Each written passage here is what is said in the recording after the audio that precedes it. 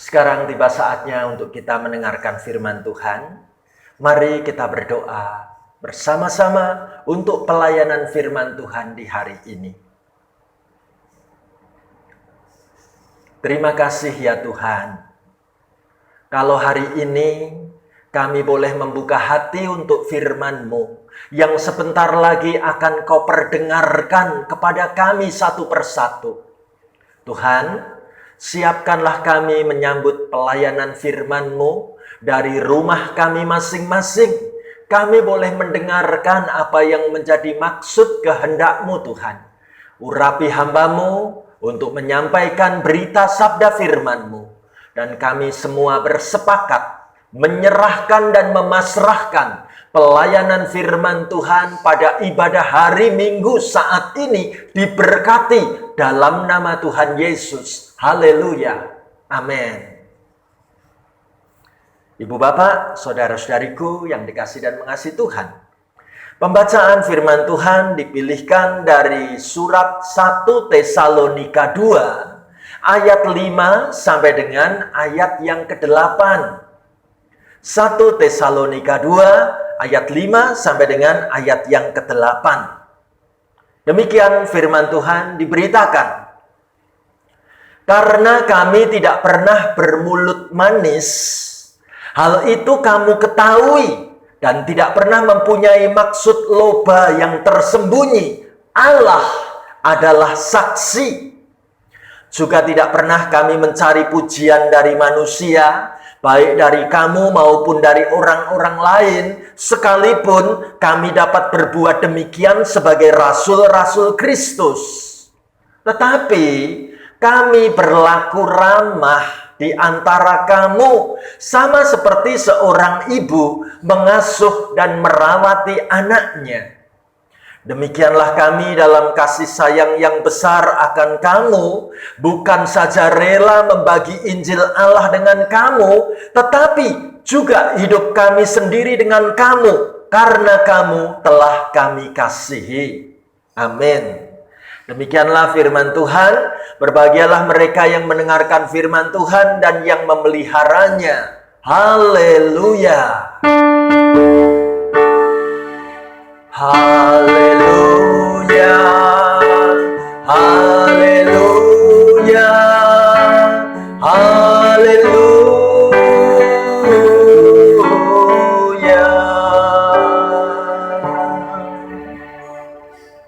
Ibu bapak, saudara-saudariku yang dikasih dan mengasihi Tuhan, inilah tema khotbah yang akan kita renungkan bersama-sama dalam kebaktian hari Minggu ini. Seni merawat keluarga, yaitu tentang melatih cinta. Ibu bapak, saudara-saudaraku yang terkasih, mungkin kita masih ingat bagaimana dulu kita membangun rumah tangga mula-mula. Banyak orang menceritakan, Pak Pendeta, ternyata membangun rumah tangga itu tidak mudah. Malah orang katakan begini, membuka usaha di awal kalau pusing itu wajar ya. Kenapa?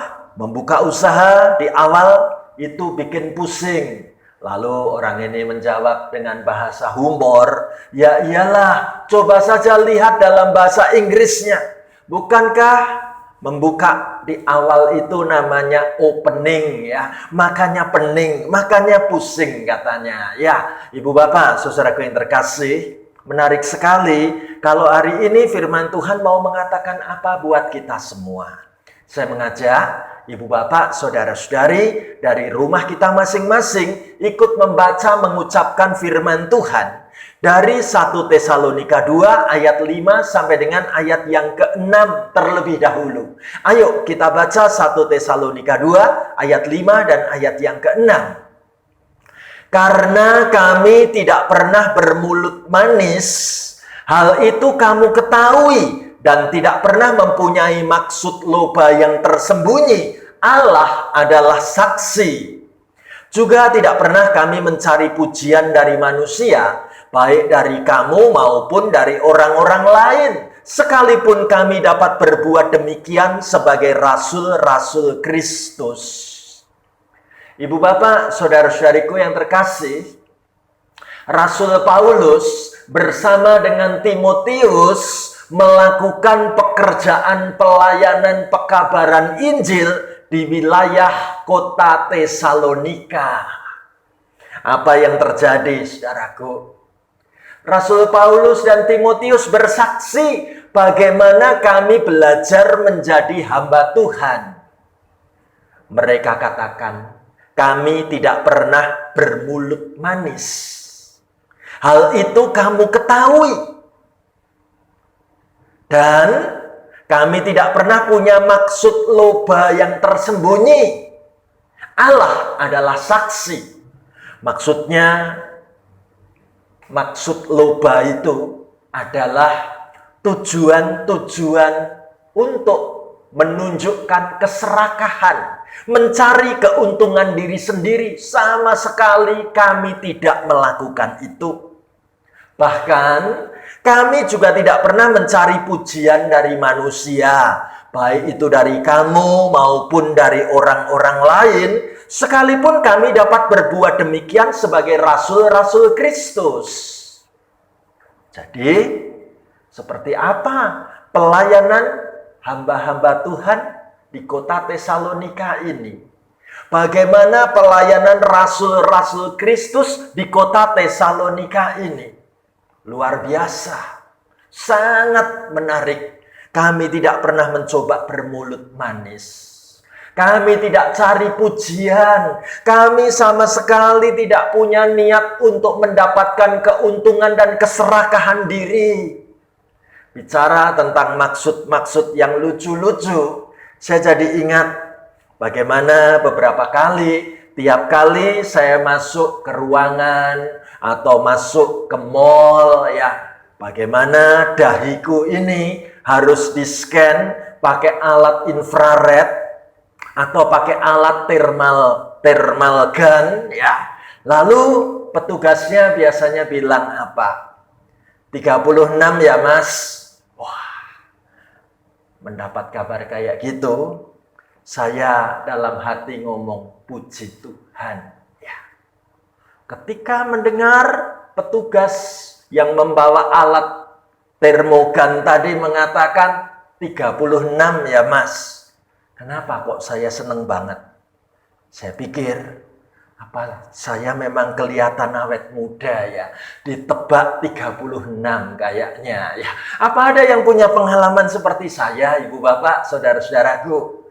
Ya, ibu bapak, saudaraku, tentu petugas yang membawa alat infrared, termogan atau thermal gun itu, dia tidak bermaksud bermulut manis. Dia bicara terang-terangan. Ini bicara bukan soal umur. Ini bicara tentang suhu derajat panas tubuh saya, ya. Bukan tentang umur. Aku aja yang kegeeran, ya. Dipikir masih awet muda, ya. Ibu bapak, saudaraku yang terkasih, menarik. Kalau para rasul di kota Tesalonika itu memiliki prinsip seperti apa? Kalau mereka tidak bermulut manis, kalau mereka tidak bermaksud loba, kalau mereka tidak mencari puji-pujian dari manusia, lalu sikap apa yang mereka tampilkan?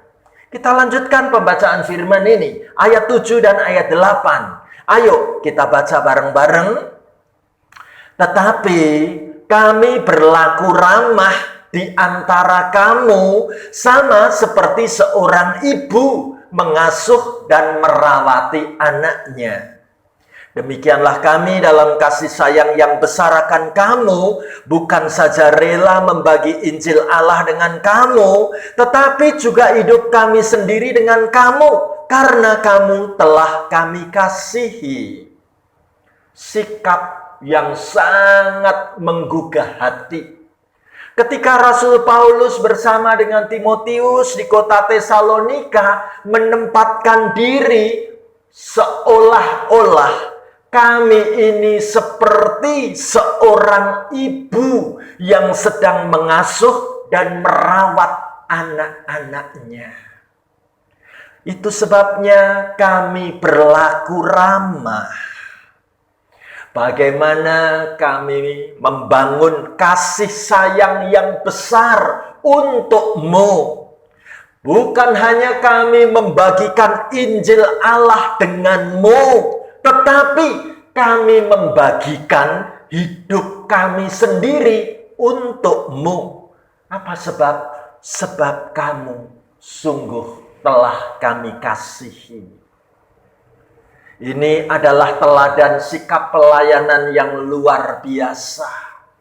Bagaimana melayani dengan berlaku ramah seperti seorang ibu mengasuh dan merawati anaknya. Ibu bapak, saudara yang terkasih, coba kita lihat bagaimana seringkali peranan ibu itu luar biasa mendamaikan keluarga. Saya punya sebuah gambar yang menarik. Gambar bagaimana ada batang korek api dijejer-jejer bersebelahan. Kita lihat mulai dari ujung di sebelah sana. Batang korek api ini mulai terbakar. Harusnya semuanya akan ikut kena terbakar. Tapi lihat, ada anak panah yang menarik menjadi pusat perhatian kita. Sebatang korek api yang satu ini bersedia untuk merendahkan diri. Supaya nyala api itu tidak lagi merembet kemana-mana. Mengalah bukanlah kalah. Sedikit merendahkan diri akan menyelamatkan yang lain. Bukankah peranan ibu dalam keluarga seringkali seperti itu? Atau kalau kita bawa di dalam kehidupan bergereja, bukankah para pelayan Tuhan mestinya mengambil sikap seperti ini? Aku rela mengalah supaya terbangun kebersamaan yang penuh keakraban dan kerukunan. Aku mau menghentikan percekcokan ini biar tidak membesar. Kami mau melayani dalam kasih. Sekali lagi, kesaksian yang indah ditulis dalam surat 1 Tesalonika 2. Ayo kita baca bareng-bareng ayat 7 dan ayat 8 dari rumah kita masing-masing ya. Kita ucapkan sama-sama begini. Tetapi kami berlaku ramah di antara kamu sama seperti seorang ibu mengasuh dan merawati anaknya. Demikianlah kami dalam kasih sayang yang besar akan kamu, bukan saja rela membagi Injil Allah dengan kamu, tetapi juga hidup kami sendiri dengan kamu, karena kamu telah kami kasihi. Ibu bapak, saudara-saudariku, coba kita melihat peranan sosok seorang ibu. Yang pertama, ibu adalah sosok yang sangat istimewa dan tiada duanya bagi setiap anak. Ibu juga merupakan sosok seseorang yang tempatnya tidak akan pernah bisa digantikan oleh siapapun, bahkan oleh seorang ayah sekalipun. Karena ibu adalah sebaik-baiknya tempat kita mencurahkan isi hati. Karena ibu adalah tempat berbagi rahasia-rahasia pribadi kita. Karena ibu adalah tempat untuk kita bisa berkeluh kesah, menyampaikan kabar yang paling bahagia sekalipun. Itu ada dalam diri ibu. Lalu menarik, kenapa kok ibu itu bisa begitu dekat dengan anak-anaknya? Diungkapkan yang kedua, bukankah cintanya ibu itu sangat tulus? Cinta yang paling tulus di dunia adalah cintanya ibu untuk anaknya. Kasih sayang ibu tidak pernah ada duanya. Seburuk apapun perilakunya anak, ibu adalah sosok yang tetap bangga pada anaknya. Ibu adalah sosok yang bisa menerima baik ataupun buruknya anak dengan hati yang tulus, dengan hati yang ikhlas, bahkan dengan hati yang sabar, bukan? Dengan segala keterbatasan yang ada dalam dirinya, seorang ibu akan tetap memberikan yang terbaik untuk anaknya. Terus mendoakan, menyebut nama anaknya dalam doa, bukan? Hal yang ketiga, ibu ternyata adalah perawat saat kita sakit.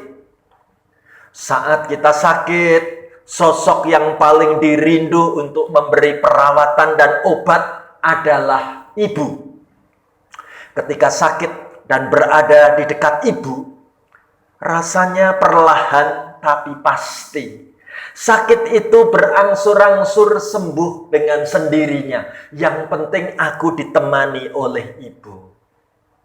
Kasih sayang dan doa-doa terbaik dari ibu itu akan membuat kita merasa sangat nyaman selagi kita ada di dekatnya, bukan? Dan menarik, ditunjukkan bagaimana orang yang paling paham dengan diri kita adalah sosok ibu. Ibu yang paling ngertiin tentang keadaanku. Saat kita bahagia, saat kita sedih, saat kita sakit, tanpa mengatakan apapun pada ibu, biasanya beliau akan tahu dengan sendirinya. Saking pahamnya dengan kita, waktu kita meletakkan barang milik kita lalu kita lupa, pasti ibulah yang nanti akan mengetahui di mana tempat barang tersebut, bukan? Menarik sekali. Dan saya mau tunjukkan, tahukah kita bahwa ibu adalah tempat curhat terbaik? Sungguh, ingin curhat tentang semua masalahmu dan berharap ada seseorang yang bisa menjaga rahasia tersebut dengan sangat baik. Hanya ada satu, ibu adalah orang itu. Ya, ibu adalah sebaik-baiknya tempat kita curhat. Sosok yang sangat terpercaya, sosok yang sangat pandai menyimpan rapat-rapat semua rahasia kita. Jadi, masih ragu untuk curhat pada ibu?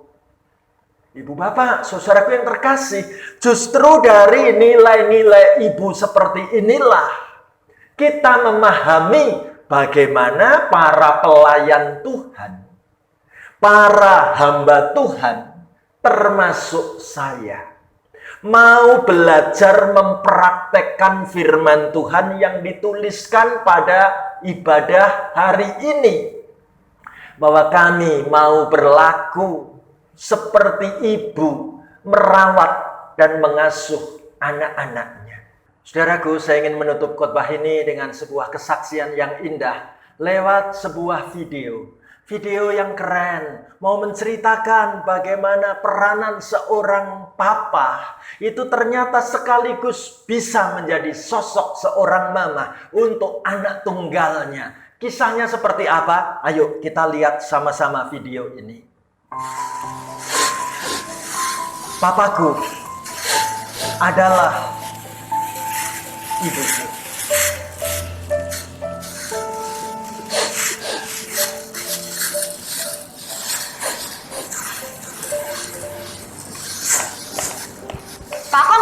Pak Akong, dipanggil ibu kepala sekolah. Segera sekarang juga, cepetan. Ya.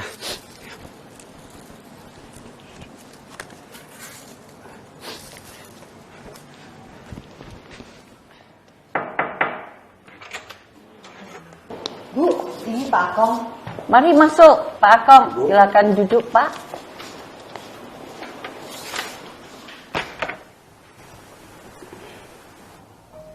Pak Akong, coba baca ini.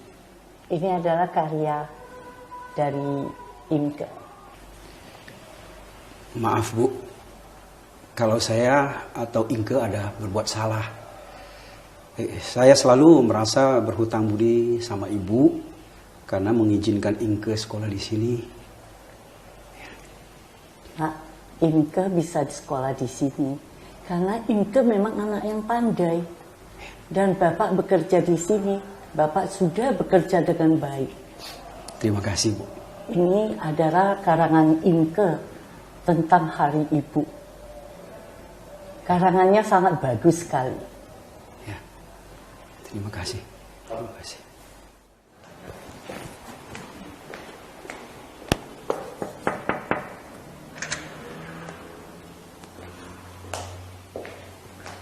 ini Inke. Ibu mau manggil saya? Betul. Loh, Papa?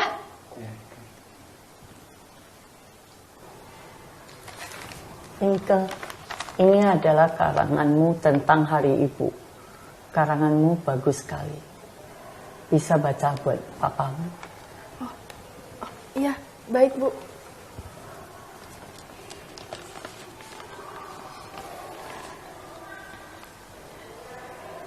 Ibuku, hari ini kami mendapat tugas menulis tentang Hari Ibu. Karena itu, aku ingin menceritakan sosok seorang ibu yang luar biasa di hidupku. Saat aku lahir, ibu meninggalkanku dan papa untuk selamanya. Papa adalah orang pertama dan satu-satunya yang menggendongku saat itu. Papa sedari itu selalu menjaga dan mengasuhku sampai detik ini. Papa punya satu keunikan.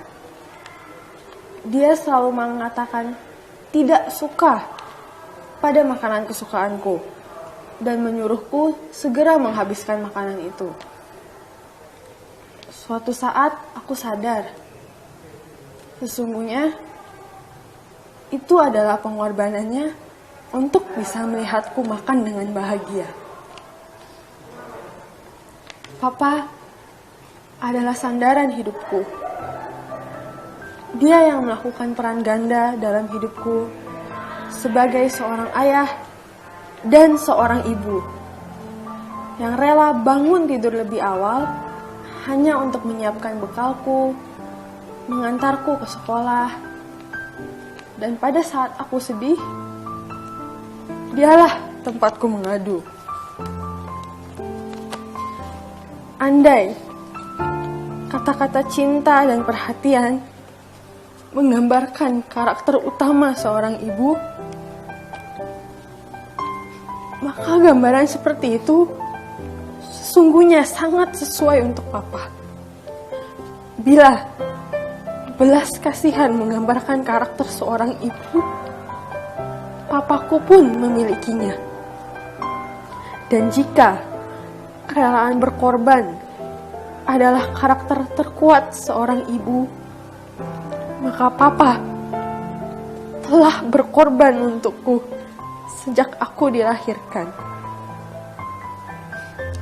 Bila kriteria seorang ibu dinilai dari cinta, belas kasihan, dan pengorbanan, maka Papa adalah sosok ibu yang terbaik. Pada hari ibu ini, aku berharap agar Papa terus bahagia dan sehat. Aku sangat menghormatinya. Dan dengan bangga mengatakan bahwa tukang kebun di sekolah ini adalah papaku. Terima kasih, Papa.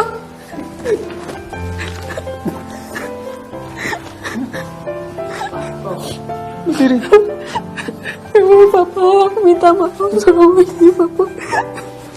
Pak Akong, Imke adalah putri yang patut Anda banggakan.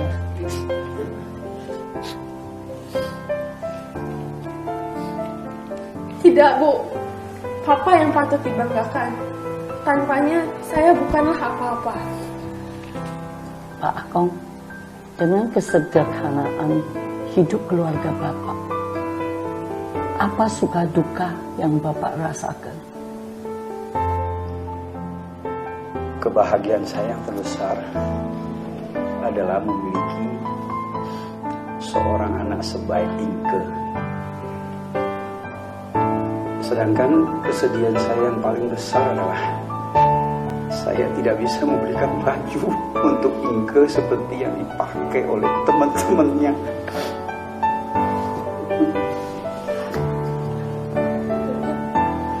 Pak Akong,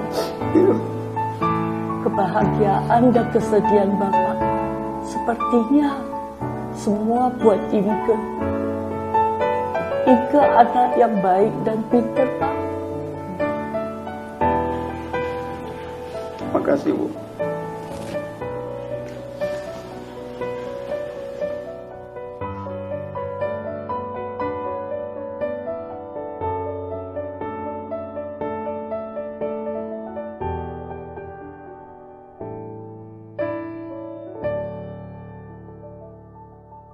Indah sekali bukan?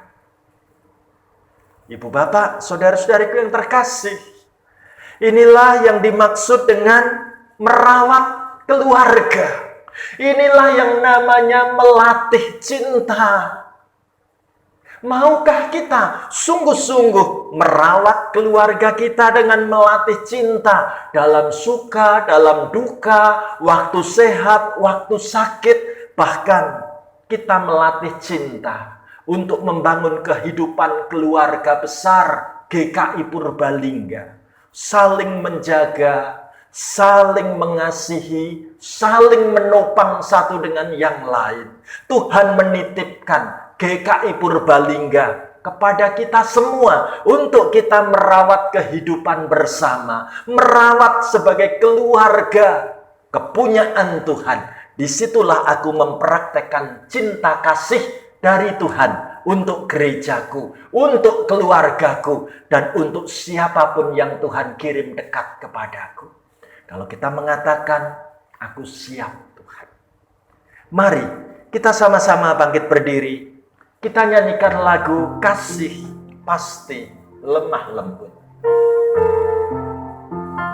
Letakkan tanganmu di dadamu, saudaraku.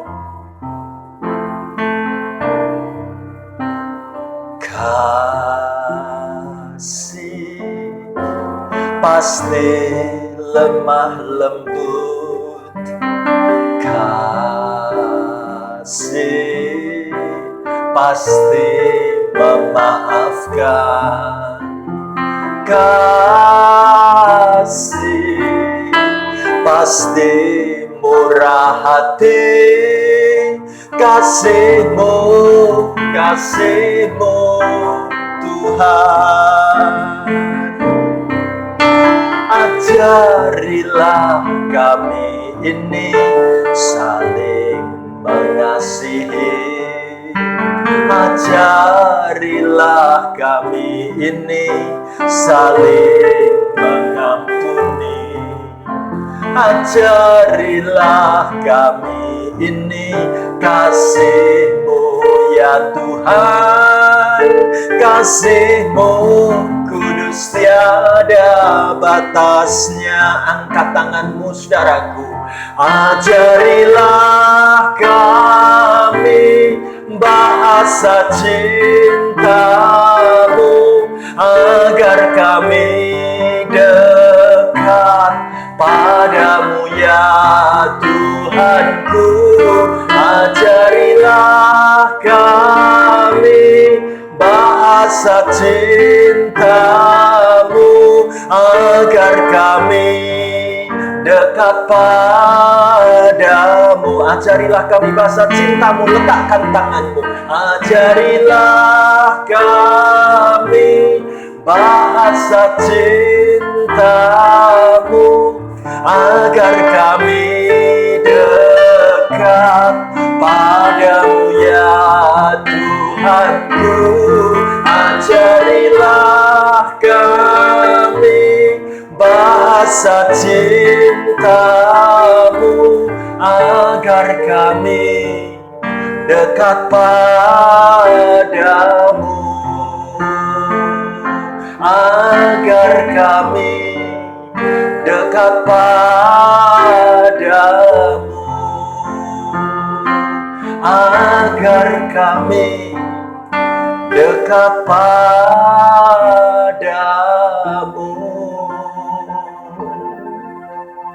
Biarlah musik mengiringi doa-doa kita. Berdoa. Saudaraku, di akhir bulan Oktober inilah kita punya kesempatan mendoakan keluarga dan orang-orang yang kita cintai. Tuhan masih beri waktu kesempatan bersama dengan orang-orang yang kita sayangi Maukah engkau merawat keluargamu lebih dan lebih lagi? Maukah engkau mempraktekkan kasih-Mu terwujud menjadi nyata? Saudaraku, doakan satu persatu nama-nama yang ingin kau sebut di hatimu. Taruh tanganmu di dadamu. Tuhan masih beri kesempatan untuk hidup bersama orang-orang yang kita cintai. Pakailah waktu-waktu ini untuk melatih cinta, merawat keluarga lebih indah dan makin indah lagi. Tuhan mendengar doamu. Tuhan mengerti isi hatimu. Tuhan melihat tiap tetesan air matamu. Mari bersama kita berani mengatakan, Tuhan, ajarilah kami bahasa cinta-Mu. Ajarilah kami bahasa cinta-Mu, agar kami dekat padamu ya Tuhanku. Ajarilah kami bahasa cinta-Mu, agar kami dekat padamu, agar kami dekat padamu, agar kami dekat padamu.